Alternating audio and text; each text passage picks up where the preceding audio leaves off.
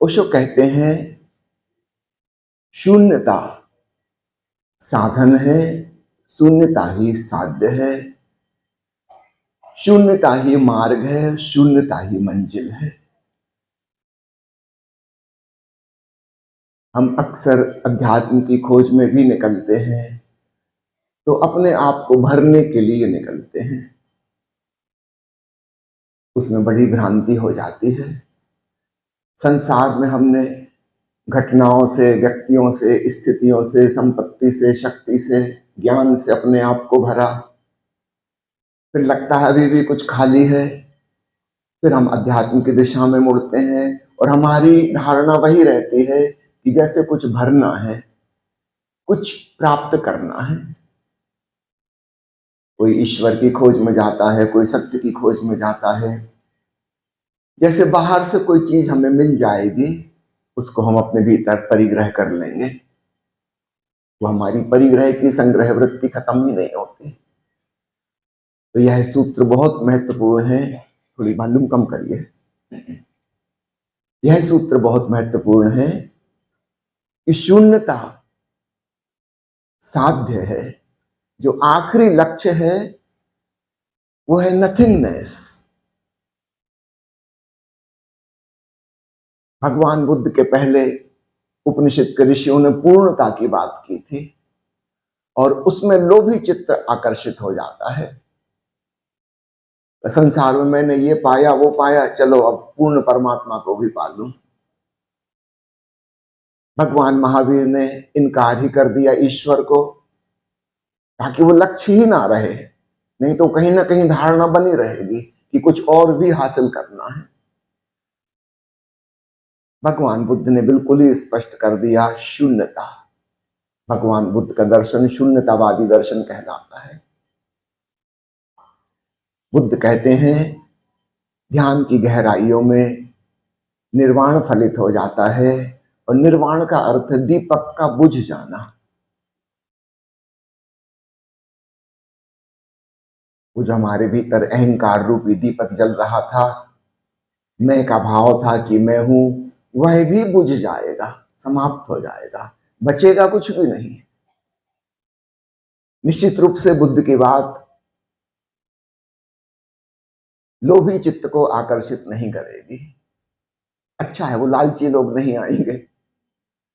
बुझने के लिए कौन आएगा? शून्य हो जाने के लिए, मिटने के लिए, खो जाने के लिए, सदा सदा के लिए खो जाएंगे। जैन धर्म के मोक्ष में तो फिर भी ऐसा लगता है कि शुद्ध शिला में विराजमान रहेंगे अनंत काल तक, परमानंद की दशा में। बुद्ध ने वो भी गुंजाइश न छोड़ी। बचोगे ही नहीं, कुछ भी नहीं बचेगा। निश्चित रूप से बड़े साहसी और हिम्मतवर व्यक्ति ही इसके लिए प्रयास करेंगे।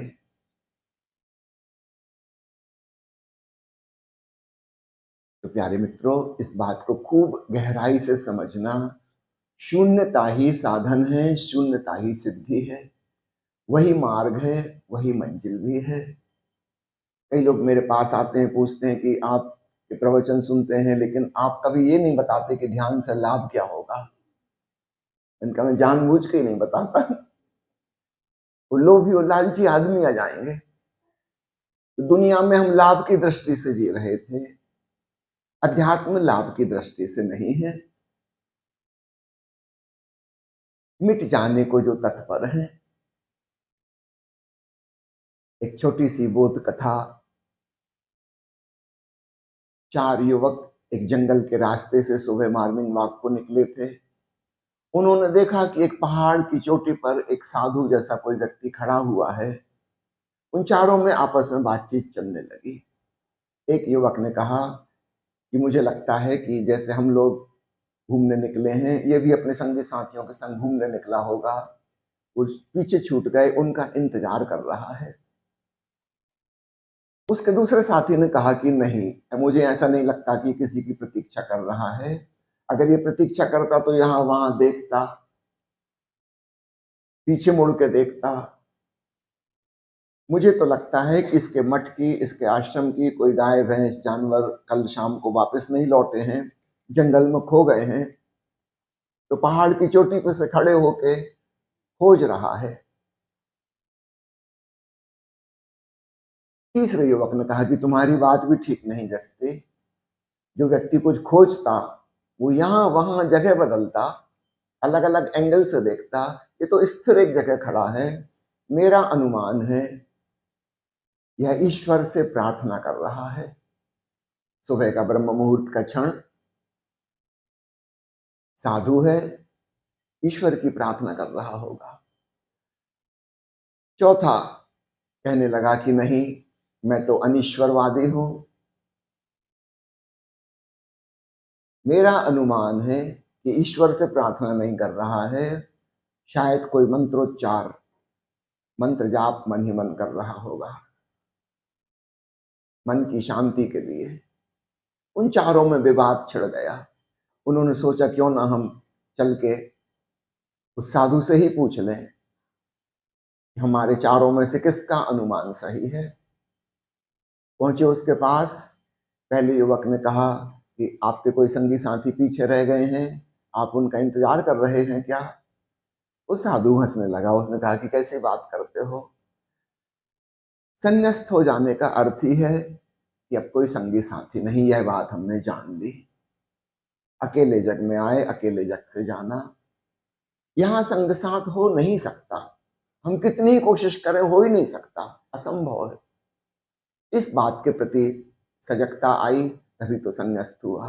नहीं, मैं किसी की भी प्रतीक्षा में नहीं हूं। दूसरा युवक प्रसन्न हुआ। उसने कहा तब तो मेरी बात सही होगी। आपकी कोई गाय भैंस जंगल में खो गई हैं, आप उनको खोज रहे हैं। वो साधु मुस्कुराया। उसने कहा कि नहीं, मेरी कोई गाय भैंस नहीं है। सच पूछो तो मेरा कुछ है ही नहीं। ये शरीर तक मेरा नहीं है, ये मन भी मेरा नहीं है, हृदय की भावनाएं भी मेरी नहीं है।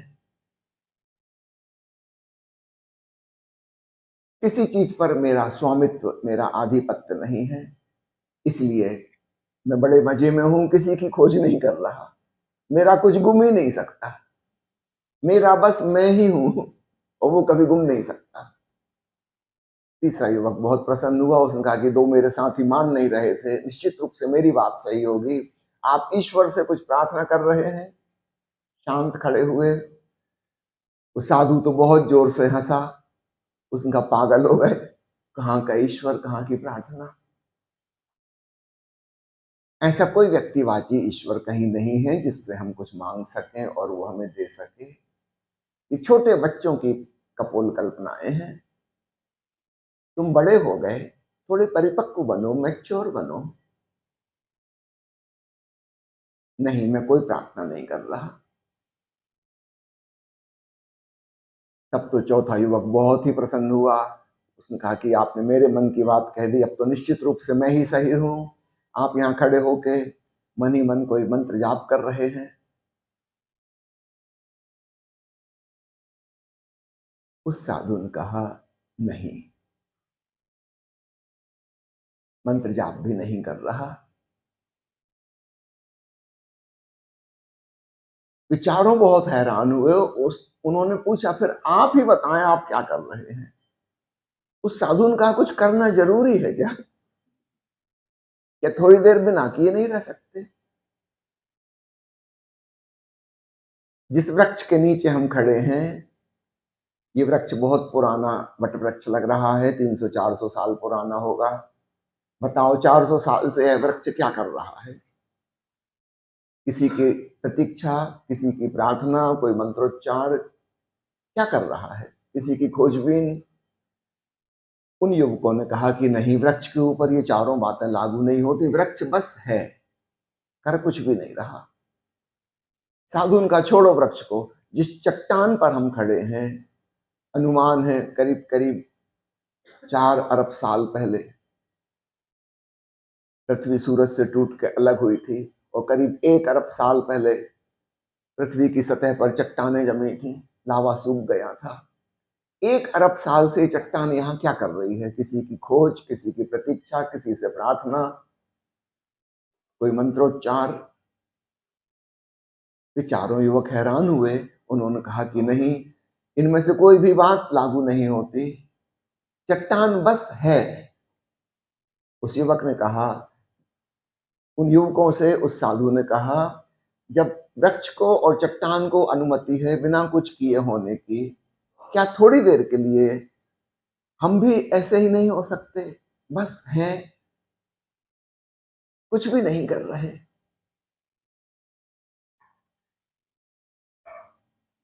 No doing, no thinking, no feeling, just pure being.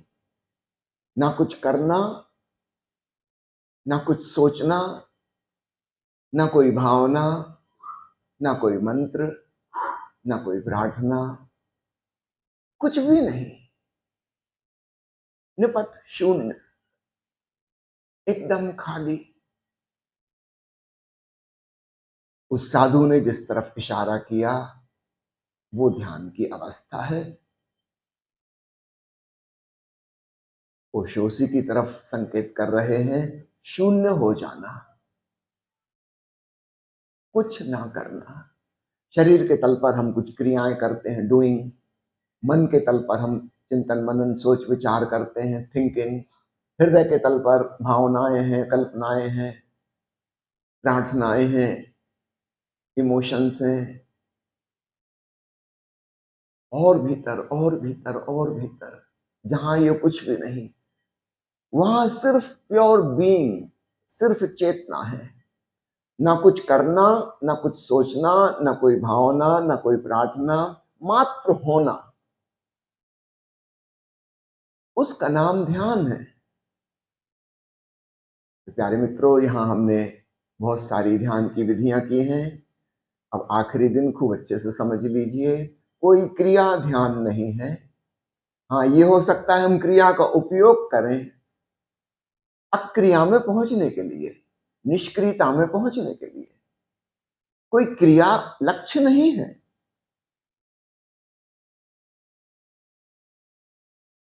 वो एक जंपिंग बोर्ड की तरह है। नदी में, स्विमिंग पूल में छलांग लगाने के लिए एक जगह होती है ना, पहले हम दौड़ के आते हैं और जंपिंग बोर्ड पर छलांग लगा के फिर पानी में कूद जाते हैं। ठीक ऐसे ही ध्यान में कूदना है। तो हम जिन क्रियाओं का उपयोग किए हैं उनका उपयोग बस इतना ही है, जंपिंग बोर्ड की तरह। वहां से हम कूद जाएं और कूद के कहां पहुंचेंगे? हम महाशून्य में पहुंचेंगे, जहां कुछ भी नहीं। सुबह आपने डायनेमिक मेडिटेशन किया, 3 चरण आपने किए, चौथे में छलांग लगा दी, वहां कुछ भी नहीं है। याद रखना, भगवान भी नहीं, प्रार्थना भी नहीं, मंत्र भी नहीं, कुछ भी नहीं। वह स्थिति ध्यान है। शुरुआत के 3 चरण ध्यान नहीं है, वो ध्यान की भूमिका है, प्रिपरेशन। वो ध्यान नहीं है। ध्यान चौथा चरण है, जहां सिर्फ चेतना है, जहां अनहद नाद सुनाई दे रहा है, बोध मात्र, और कुछ भी नहीं। यदि वह स्थिति हमें हासिल नहीं हो रही है तो समझना कि हमारे समझने में कुछ भूल चूक हो गई। कल रात को आपने अनहद नाद की ध्वनि सुनी। जितने भी मंत्र के प्रयोग हैं वे सिर्फ इसलिए हैं कि हम उस शून्य के संगीत को, अनाहत नाद को सुन सकें। यदि हम मंत्र में उलझ गए, और याद रखना, मंत्र बुरी तरह फंसा सकता है, कोई भी क्रिया हमें फंसा सकती है। हमारी आदत एडिक्शन की है। कोई भी चीज हम शुरू कर देते हैं फिर बड़ा मुश्किल है। किसी को ओवर ईटिंग की आदत पड़ गई, वजन बढ़ता जा रहा है, डॉक्टर मना कर रहे हैं कि फट जाओगे तुम, बंद करो, मगर मुश्किल है। आदत, फूड एडिक्शन, किसी भी चीज का एडिक्शन हो। आप ये नहीं सोचना कि सिर्फ शराब का और ड्रग्स का और सिगरेट का एडिक्शन होता है। कोई भी चीज एडिक्शन बन जाती है। मंत्र भी, धार्मिक क्रियाकांड भी एडिक्शन बन जाते हैं। सावधान। फिर से दोहरा दूं, धार्मिक क्रियाकांड भी एडिक्शन बन जाते हैं। उससे भी मुक्ति पानी है, उससे भी छुटकारा होना है। यह बात पहले से ख्याल में हो, अन्यथा जब हम बुरी तरह फंस गए उसमें, फिर कीचड़ में से निकलना बहुत मुश्किल है। इस बात को ध्यान रखना। मुल्ला नसरुद्दीन एक बस में सवार हुआ, एक महिला की बगल वाली सीट खाली थी, वहां जाके बैठा। उस महिला को वैसे ही मोशन सिकनेस की बीमारी थी, बस में उसको उल्टी का मन हो रहा था, चक्कर आ रहे थे। ये सज्जन और आके बैठ गए और बार बार बाएं दाएं गर्दन मोड़ रहे हैं। इसको देख के और चक्कर आने लगा। उसको पहले से उल्टी का मन हो रहा था, तो ये नसरुद्दीन बिल्कुल रेगुलर गर्दन मोड़ रहा, बाएं दाएं। आखिर वो थोड़ी देर तक देखती रही। आखिर उसने पूछा कि भाई साहब ये क्या कर रहे हैं? तो नसरुद्दीन ने सिर हिलाने जारी रखा। हिलाते हिलाते ही उसको जवाब दिया कि मैं घड़ी का हिसाब रख रहा हूं, 1 सेकंड इस तरफ 1 सेकंड इस तरफ। जब 60 हो जाते तो मैं उंगली पे मिनट कर लेता हूँ, 1 मिनट हो गया, फिर सेकंड गिनने लगता हूँ। ऐसे करते करते जब 60 हो जाते हैं तो 1 घंटा हो जाता है। तो मैं समय का ख्याल रखता हूँ। उस महिला को मजाक सूझी, उसने कहा कि अच्छा बताइए अभी कितने बजे हैं? नसरुद्दीन ने सिर हिलाते हिलाते कहा 2:15 40 उस महिला ने अपनी मोबाइल देखा, बोली कि नहीं 2:40 नहीं, 2:55 हो गए। नसरुद्दीन अरे बाप रे, जल्दी जल्दी करने लगा, घड़ी धीरी हो गई।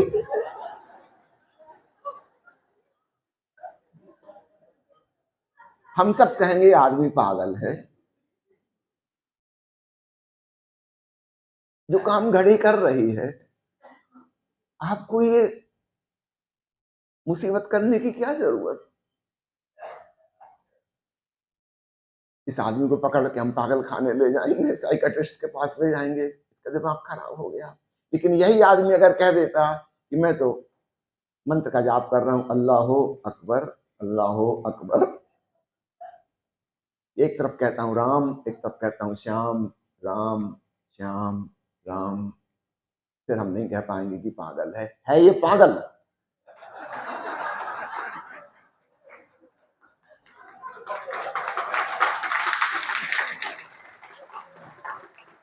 धार्मिक मुखौटे में इसने अपना पागलपन छिपा लिया।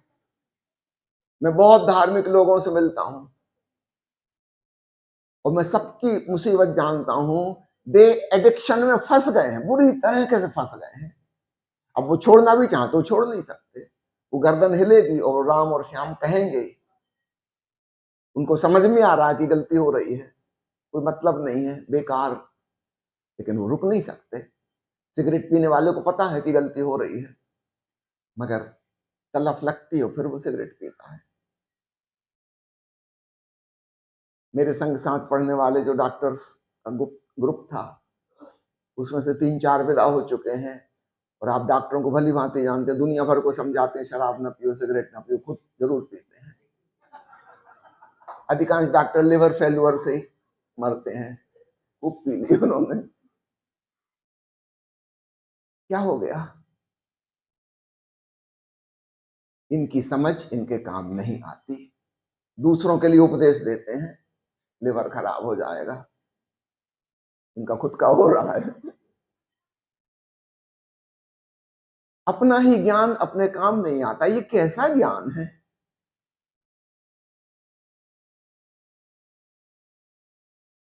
आपको पहले से पता हो कि शून्यता में जाना है, जहां कुछ भी ना रह जाए, ना मंत्र, ना प्रार्थना, ना कोई क्रिया, कुछ भी नहीं।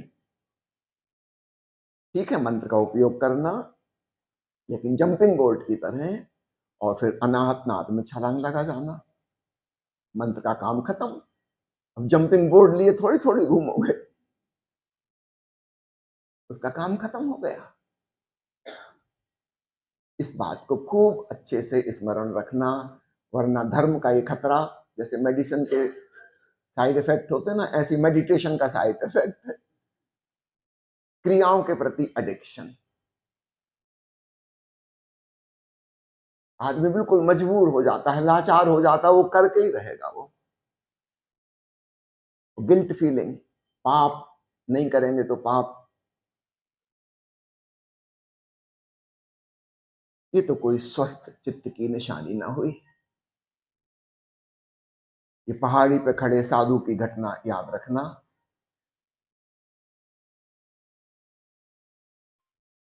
कुछ भी नहीं करना है, कुछ भी नहीं सोचना है, ना कोई प्रार्थना करना है, ना कोई मंत्रोच्चार करना है। नानक ने कहा है उसको अजपा जाप अनाहत नाथ को, अर्थात जो बिना जपे होता है। जो हम जप रहे हैं वह नहीं, अजपा जाप, वह शून्य का संगीत है। तो जब ओशो कहते हैं शून्यता सत्य स्वयं में है, वे इस तरफ इशारा कर रहे हैं। आज जो आखिरी प्रवचन हम सुनने जा रहे हैं, सोनू 12 बजे वाले सेशन में महागीता का प्रवचन है। महागीता में राजा जनक को अष्टावक्र उपदेश देते हैं। उनका उपदेश भी इसी तरफ है जो ओशो की 10वीं आज्ञा से संबंधित है। शून्यता के बाद वे कहते हैं आखिरी आज्ञा, रुको, देखो, जो है, खोजो मत। फिर से दोहरा दूं, खोजो मत, ठहरो, रुको, जो है,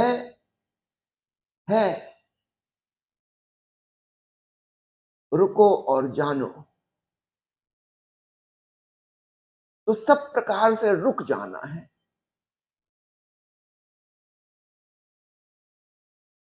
जब हम ध्यान की या आध्यात्मिक यात्रा की बात करते हैं तो ऐसा लगता है कोई यात्रा है, हमें चलना है। ठीक है, चलना भी जरूरी है, लेकिन याद रखना अंततः हम किस लिए चल रहे थे? रुक जाने के लिए। वरना मंजिल भी सामने आ गई और हम चलते ही चले गए तो फिर हम मंजिल से फिर चूक गए। तो एक वे नालायक हैं जो मंजिल की तरफ चलते ही नहीं, और दूसरे नालायक वो हैं जो मंजिल से आगे निकल जाते हैं। क्योंकि हम तो रुक ही नहीं सकते, हम तो यात्री हैं, हम तो आध्यात्मिक यात्री हैं। बुद्ध ने कहा है चरे वेती, चरे वेती। मैं आपसे ओशो की 10वीं आज्ञा कहता हूं, रुके वेती, रुके वेती।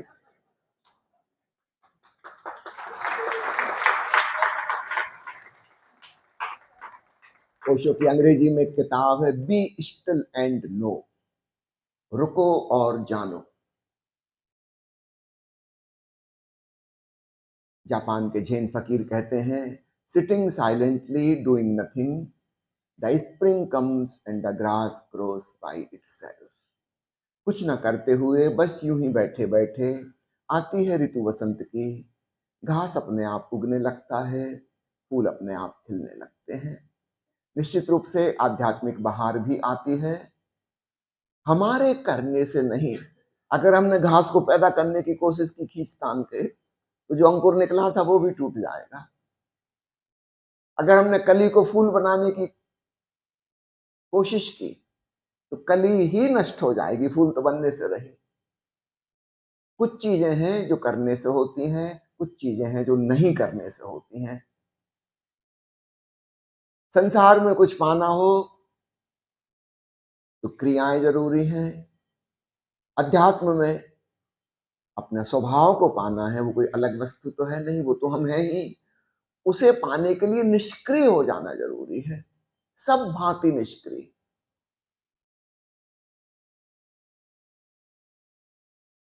धार्मिक क्रियाकलापों से मुक्ति,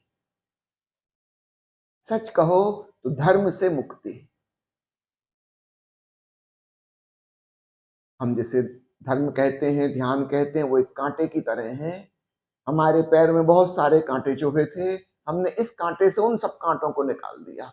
अब कृपा करके इस कांटे को संभाल के मत रख लेना घाव में, बड़े काम का कांटा है, इसने सब कांटों से छुटकारा दिलाया। इस कांटे को भी फेंक दो, ये भी उतना ही कांटा है जितने अन्य कांटे थे। यह बात खूब अच्छे से अपने जहन में रखना। नहीं तो हम नए कांटे को संभाल कर रख लेते हैं, तो फायदा क्या हुआ? घाव तो बरकरार रहा, हीलिंग नहीं हो पाएगी। हमने कांटा बदल लिया, ABCD की जगह XYZ, नया कांटा चुभा लिया। पहले मन में विचारों से पीड़ित थे, चंचलता से परेशान थे, चंचलता से एकाग्रता में आने के लिए हमने मंत्र साधना की, वो चंचलता तो चली गई, अब ये वाला मंत्र का कांटा चुभ गया। अब इससे छुटकारा कैसे हो? हमें पता होना चाहिए, जब हम बीमार थे हमने मेडिसिन ली थी, और जब हम स्वस्थ हो जाएंगे तो मेडिसिन को फेंक देना। अभी ग्लूकोज की बाटल और सलाइन की बाटल लटका के और ऑक्सीजन सिलेंडर साथ में लेके अस्पताल से मत निकलना, अरे इन्हीं ने तो हमारी जान बचाई है। अब तो हम ECG मशीन साथ ही रखेंगे, लगातार चलता ही रहे मॉनिटर, इसको अब न छोड़ेंगे। और दवाइयों के डब्बे हो, ये नई बीमारी हो गई, मेडिसिन का काम खत्म हो गया, जहां हम ठीक हो गए। ठीक ऐसे ही मेडिटेशन, जिसको हम कह रहे हैं क्रियाएं भांति भांति की, इनका काम भी खत्म हो जाता है, तो इनसे भी छुटकारा पा लेना।